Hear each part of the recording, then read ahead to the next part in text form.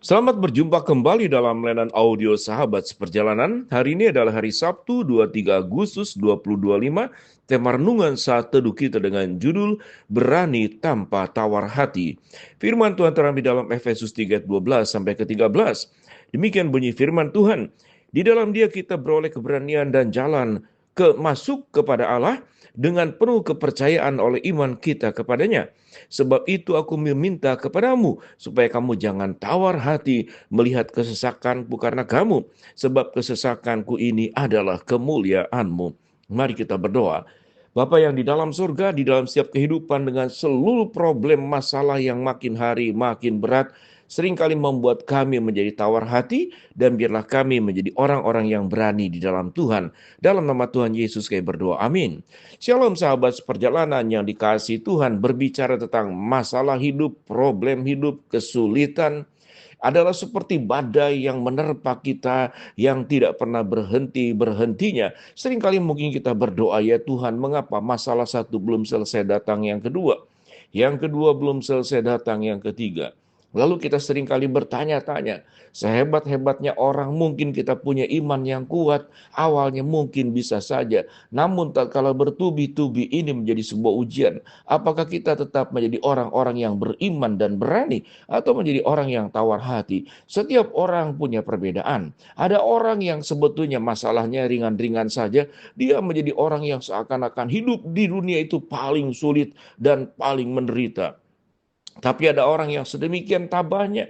Kita seringkali mengatakan kalau aku ada di posisi dia, aku tidak pernah akan sanggup menghadapinya. Tapi ada orang yang bertubi-tubi tetap bisa bersyukur, mengalami masalah yang berat, tetap bisa melihat dari sisi iman dan sisi positif, dan percaya Tuhan berkarya, Tuhan bekerja di dalam dirinya.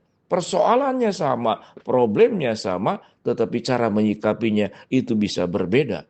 Kita tahu dengan jelas bagaimana Paulus. Kalau dikatakan secara dunia Paulus lebih baik hidupnya, itu lebih enak hidupnya adalah sebelum percaya kepada Tuhan. Tetapi Paulus setelah percaya kepada Tuhan, dia menjalankan perintah Tuhan. Bagaimana Yesus memerintahkan dia untuk menyampaikan kerajaan Allah ke seluruh dunia kepada orang Yahudi dan bukan Yahudi. Maka sesungguhnya persoalan hidupnya menjadi sangat berat. Kita tahu dengan jelas, karam kapal, diserang penyamun, beberapa kali mau mati, diserang oleh gerombolan, mau dibunuh, dikejar-kejar, disalahpahami. Berat. Tetapi mengapa kemudian Paulus berkata di dalam kesesakanku, aku melakukannya semuanya adalah menjadi kemuliaanmu dan Tuhan yang dimuliakan lewat seluruh pekerjaan ini. Sehingga Paulus memberikan sebuah nasihat kepada siapa? Jemaat di Efesus yang terdapat dalam Efesus 3 ayat 12 sampai ke 13. Di dalam Dia kita beroleh keberanian dan jalan masuk kepada Allah dengan penuh kepercayaan oleh iman kita kepadanya. Sebab itu aku minta kepadamu supaya kamu jangan tawar hati melihat kesesakanku karena kamu. Karena kesesakanku itu adalah kemuliaanmu. Kalau kita berbicara seakan-akan Paulus itu adalah seperti orang tuanya buat jemaat di Efesus yang merupakan anaknya. Bukankah seringkali orang tua juga seperti demikian? Dia tidak memikirkan dirinya sendiri. Sekalipun berat, sekalipun susah, seorang ayah berkeringat, banting tulang, bekerja, tidak memikirkan dirinya sendiri. Mengirit-irit untuk keperluan dirinya dalam rangka untuk bisa memberikan semua yang terbaik buat keluarganya. Sesak tidak, persoalan tidak, berat semuanya. Tapi bagi mereka yang bergeraknya itu karena mencintai, maka seorang ayah dengan sukacita, setiap jerih payahnya itu adalah untuk masa depan anak-anaknya, untuk mencukupkan kebutuhan keluarganya. Sekalipun sesak, tapi sang ayah ini dengan berani menjalankan seluruh aspek hidupnya, menjalankan tanggung jawabnya. Jadi bagaimana kita supaya menghadapi hidup ini dengan berani dan tanpa kemudian menjadi tawar hati? Maka kita perlu melihat apakah yang kita kerjakan itu adalah sesuatu yang baik atau buruk.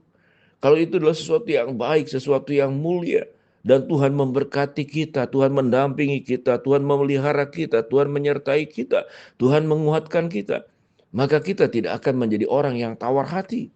Kita tidak akan menjadi orang yang mengalami kesesakan. Problem tetap ada, persoalan tetap ada, kesulitan selalu akan menghampiri kita. Namun cara kita menyikapi persoalan, cara kita menyikapi kesulitan, cara kita menyikapi problem akan membedakan apakah kita menjadi orang yang beriman dan berani atau menjadi orang yang tawar hati, menjadi orang yang rapuh, menjadi orang yang hancur di tengah jalan oleh persoalan demi persoalan yang dihadapi.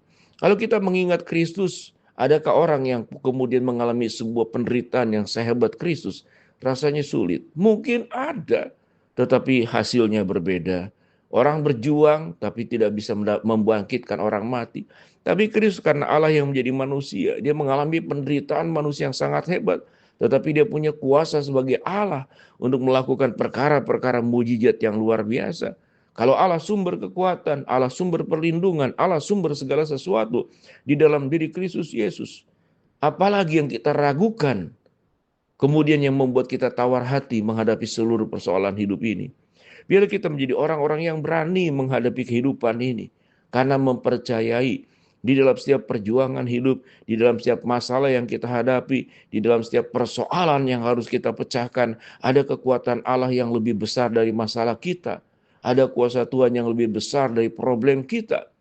Ada kemampuan Tuhan yang melebihi segala macam persoalan yang seberat apapun yang selalu Tuhan akan berikan jalan keluar. Dengan demikian sahabat seperjalanan, banyak orang berkata makin hari makin hidup makin susah.